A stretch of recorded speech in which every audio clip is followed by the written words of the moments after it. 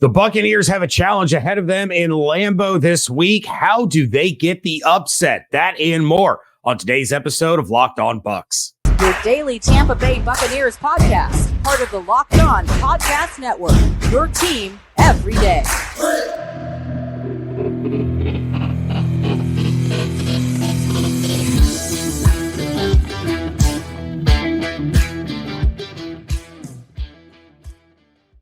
What's up, and welcome into this WTSP Wednesday episode of Locked On Bucs, your daily podcast covering the Tampa Bay Buccaneers, part of the Locked On Podcast Network, your team every day. We want to thank you for making us your first listener view every single day. Don't forget you can subscribe or follow for free on YouTube or wherever you get your podcasts. And of course, you can follow everything on Twitter. I am James Yarcho at JYarcho_Bucs. He is Evan Klosky at eKlosky. WTSP. You can check out everything that Evan is doing on 10 Tampa Bay and at 10tampabay.com. You can check out my work as the deputy editor of SB Nation's BucsNation.com over there. And of course, we are here with you every Monday through Friday, along with our everydayers. And as always, we want to share our appreciation for your continued support of the show. And right now, you can become a Locked On Bucs insider, where you're going to get news, the inside scoop, exclusive content delivered directly to your phone, plus one-on-one conversations with me via text message. And who doesn't want that in their life? And I know you do. So go to join subtext.com/LockedOnBucs to sign up. Today's episode is brought to you by FanDuel. Make every moment more right now. New customers get $150 in bonus bets with any winning $5 money line bet. That's $150 if your team wins.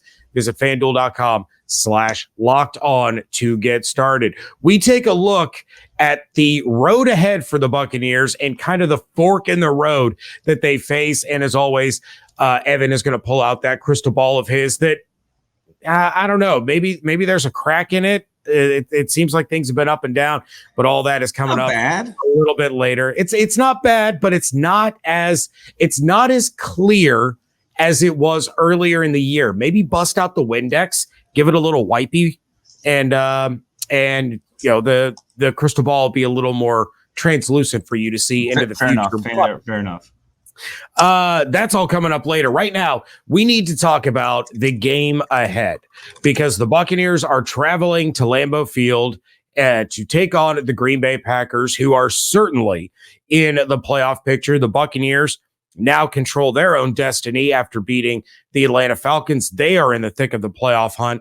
And the Packers have been a pretty hot team up until they ran into University of Illinois legend Tommy DeVito and the New York Giants on Monday night. But this is a tough game. It's a lot tougher than many of us thought it was going to be back in August, September, even October.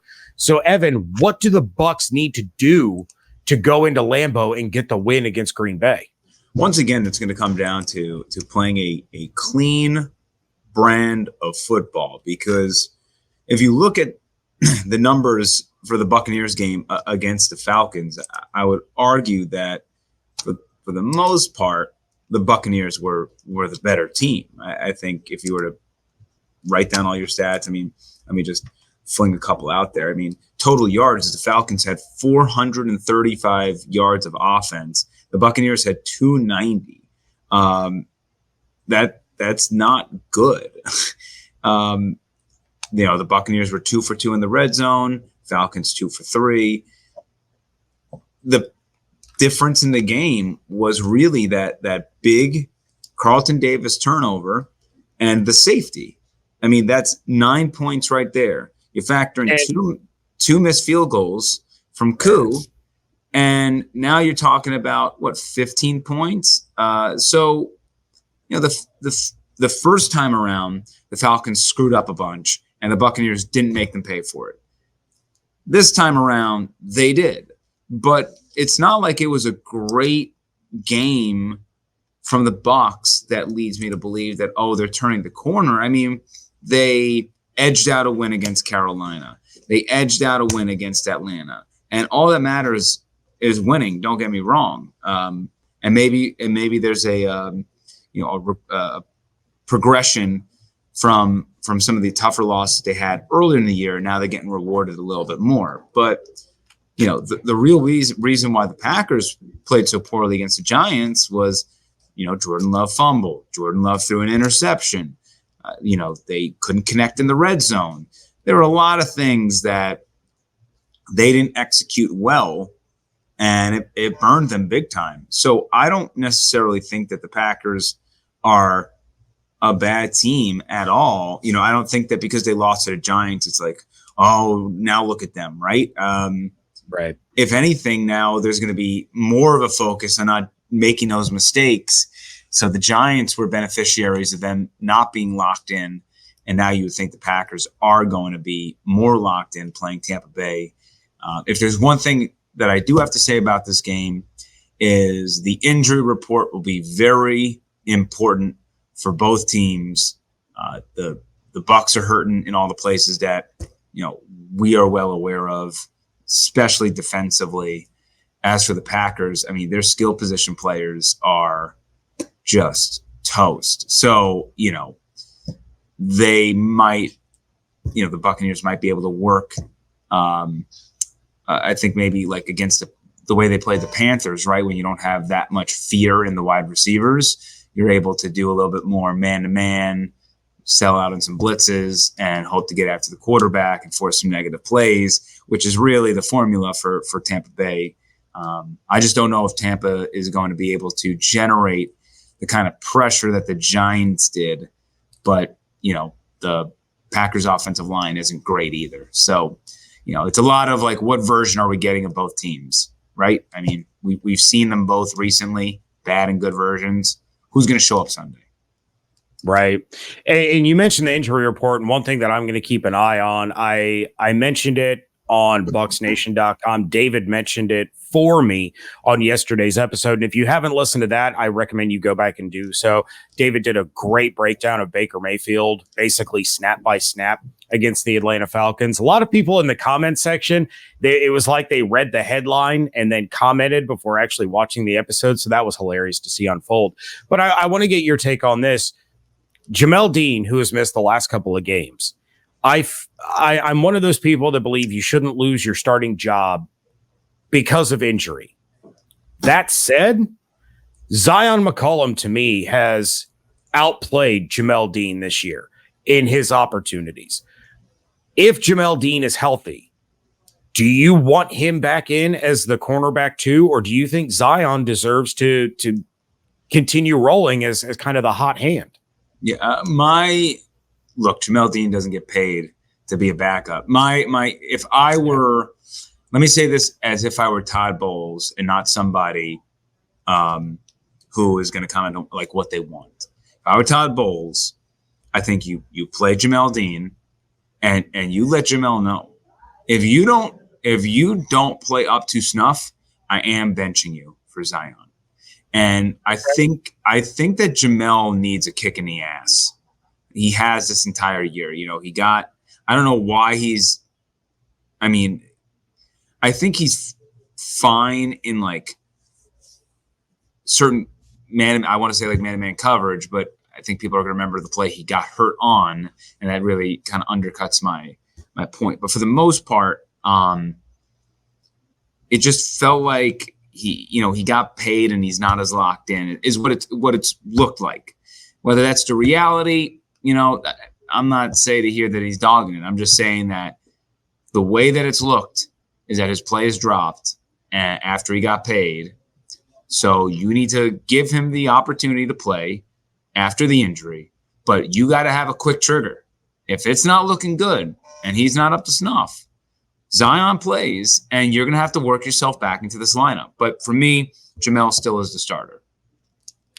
I accept the terms of your conditional return of Jamal Dean to the field.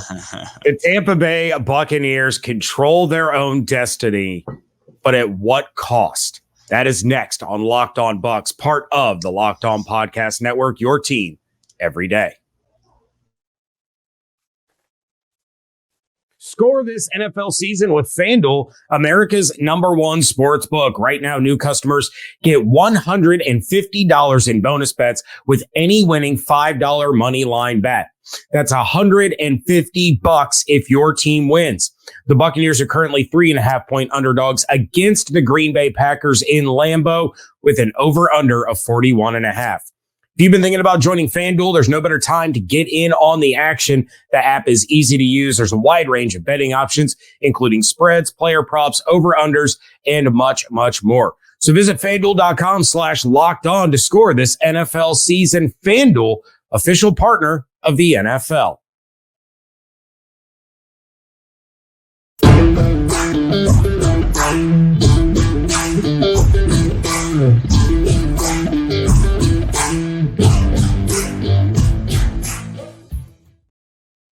Thank you again for making Locked On Bucs your first listener view every single day. Locked On has launched the first ever national sports 24/7 streaming channel on YouTube. Locked On Sports Today is here for you 24/7, covering the top sports stories of the day with the local experts of Locked On, plus our national shows covering every league. Go to Locked On Sports Today on YouTube and subscribe to the first ever national sports 24/7 streaming channel.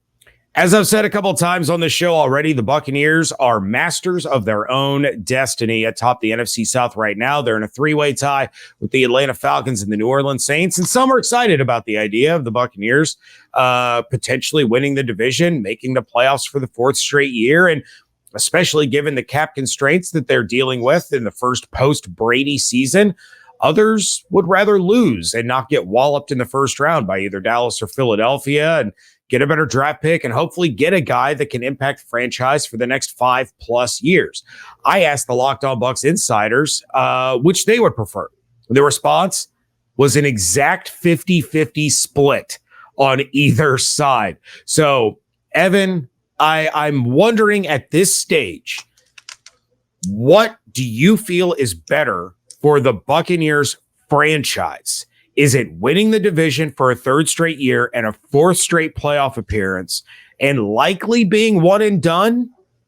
Or is it the higher draft position where they had the chance to select a impact player that they can continue to build around it and maybe find, another Wirfs, another Vita, another Antoine, one of these building block guys that are going to be around for the next 5, 6, 7, 10 years. I mean, unequivocally, it is better for the franchise to get the better draft pick, right? Because they're not winning a Super Bowl. So ultimately, if you know you're not winning a Super Bowl, you're in a rebuild year, it makes sense to rebuild and keep stockpiling talent.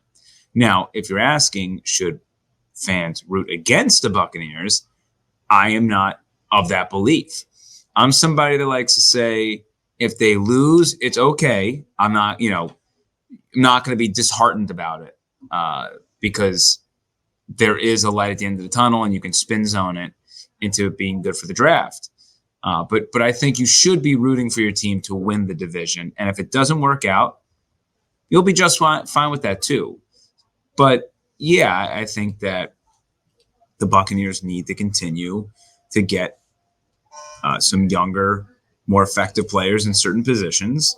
And the better their draft pick, the better they theoretically should be in the future. And having right now the 20th pick, the difference, I guess, would be like, are you going to get let's just use wide receivers, for example, because it's a stacked wide receiver class. Are you going to get a Keon Coleman or a Odunze?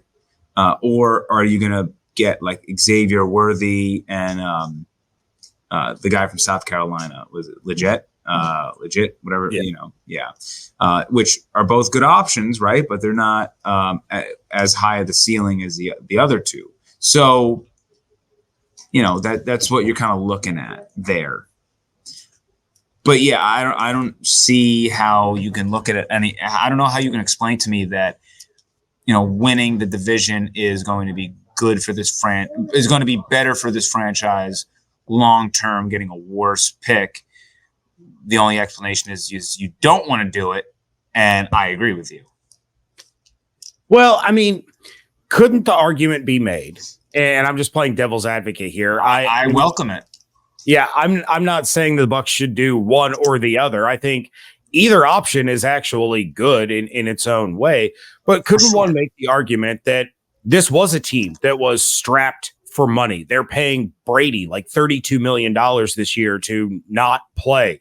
They had all of these void years to make those Super Bowl runs. And with all those constraints, without Tom Brady, without Gronk, without all of these big players that they had over the course of the last couple of years, you still go out there in a rebuild year and make the playoffs. Doesn't that tell potential free agents and other guys like, hey, it wasn't all Brady. We have talent here. Come be a piece of something that can go even further next year. I mean, I think that the Buccaneers have already made inroads with the free agent stuff. And the fact is, they're one of the teams and organizations that brings in, like, they re-sign their players and they have the most like one Buck knowledge in that clubhouse.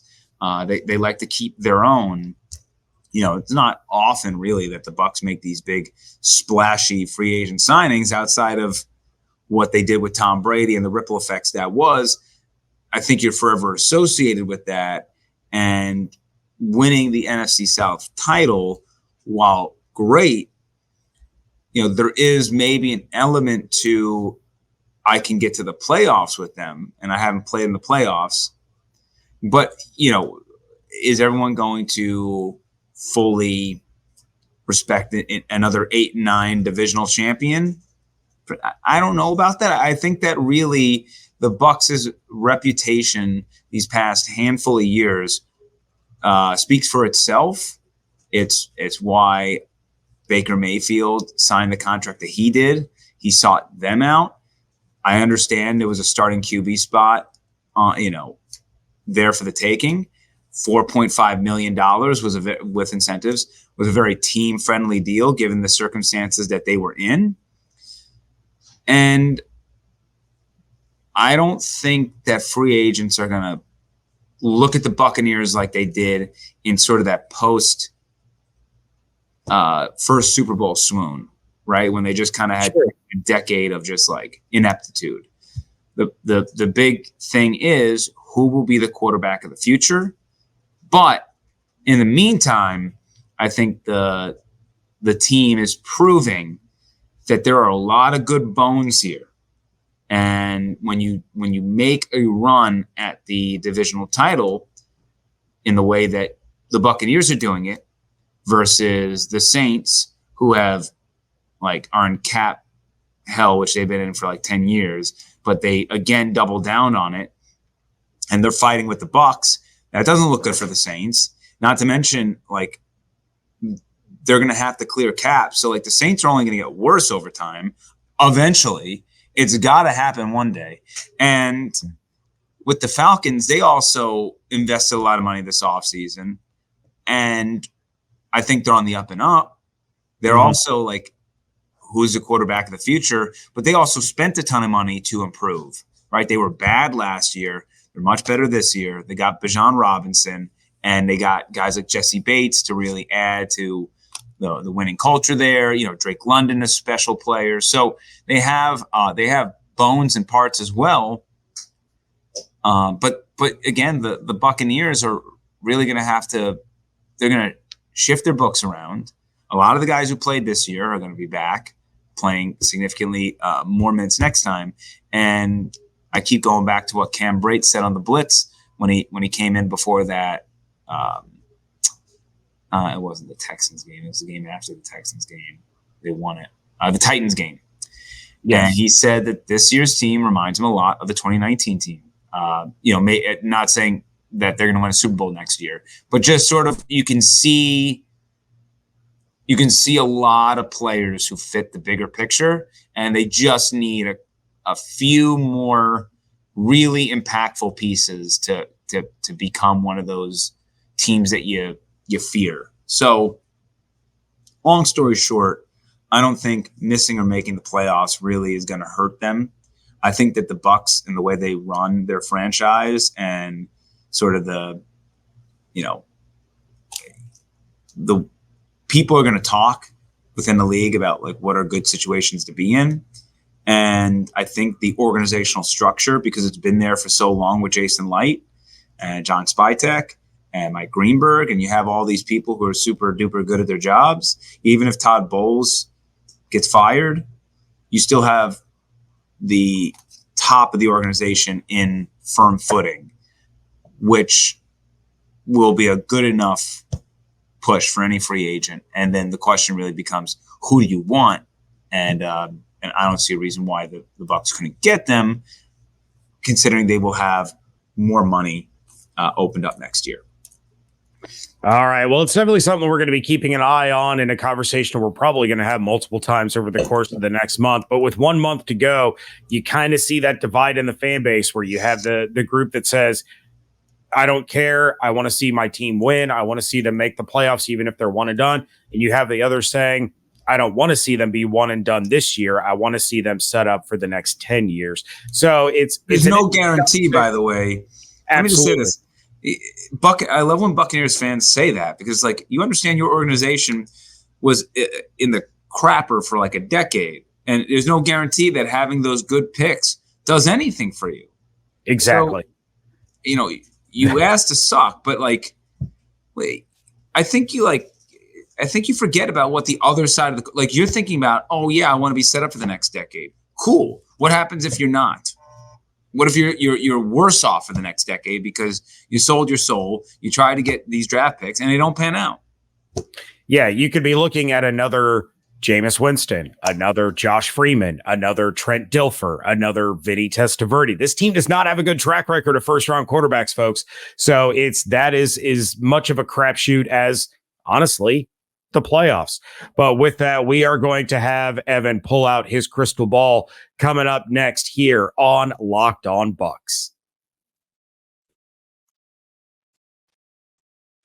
PrizePicks is the largest independently owned daily fantasy sports platform in North America, and they are the easiest and most exciting way to play DFS. It's just you against the numbers. So instead of battling thousands of players, including pros and sharks, you just pick more or less than on a 2 to 6 player stat projection sheet and watch the winnings roll in. PrizePicks is really simple to play, and I can make my picks and submit my entry in less than 60 seconds. Quick withdrawals, easy gameplay, and an enormous selection of players and stat types are what makes PrizePicks the #1 daily fantasy sports app. This week, I'm going with Baker Mayfield to have less than 225.5 passing yards, Mike Evans more than 68.5 receiving yards, and Rachaad White more than 64.5 rushing yards. Go to PrizePicks.com/LockedOnNFL and use code LockedOnNFL, all lowercase, for a first deposit match up to $100. Again, go to PrizePicks.com/LockedOnNFL and use code LockedOnNFL, all lowercase, for a first deposit match up to $100. PrizePicks, daily fantasy sports made easy.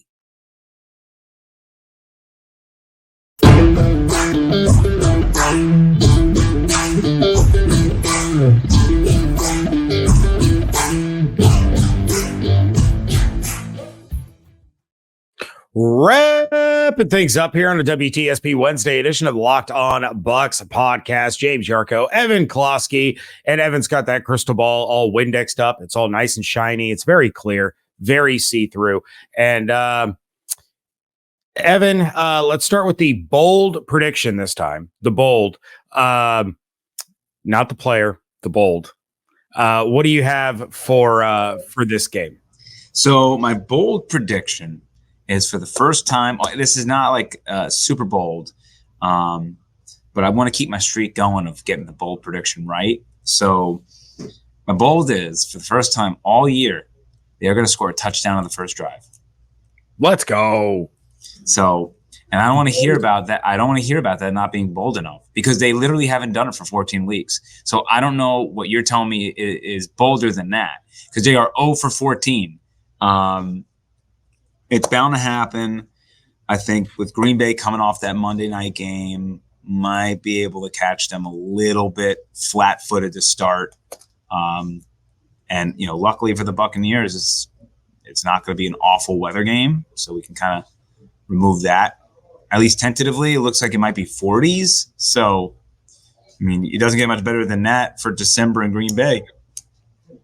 All right. I will lock that in as your bold prediction. But now I want to add an extra spicy bonus bold.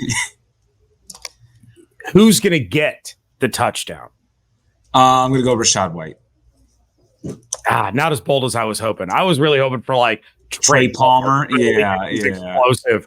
I tried that one a few weeks ago. I'm off the train now. I've ridden the Trey Palmer wagon all the way as far as I could, but you know what? I got off at the nearest stop, and maybe I'll get it on the way back.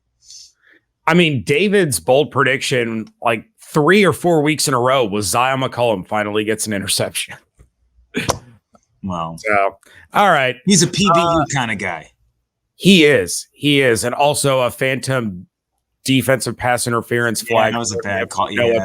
I'm still upset about that. Yeah, it was a all right. Who's going to be your player of the game? Who's breaking out in this one? Well, I don't know if it'd be breaking out versus has already broken out, but I'm going Rachaad White. Rachaad White, he currently ranks 4th among all running backs in yards from scrimmage, 1,164. The people who are above him, James Cook, Travis Etienne, Christian McCaffrey. He ranks 5th in total touches from running backs. This guy has been a bell cow. And also, we are coming off the 3rd straight week where the Buccaneers rushing attack has posted a new season high. They got 148 yards off the ground against Atlanta. And what's impressive is A, Atlanta's a great rushing defense. B, they wore them down. And most of that came on the last 2 drives.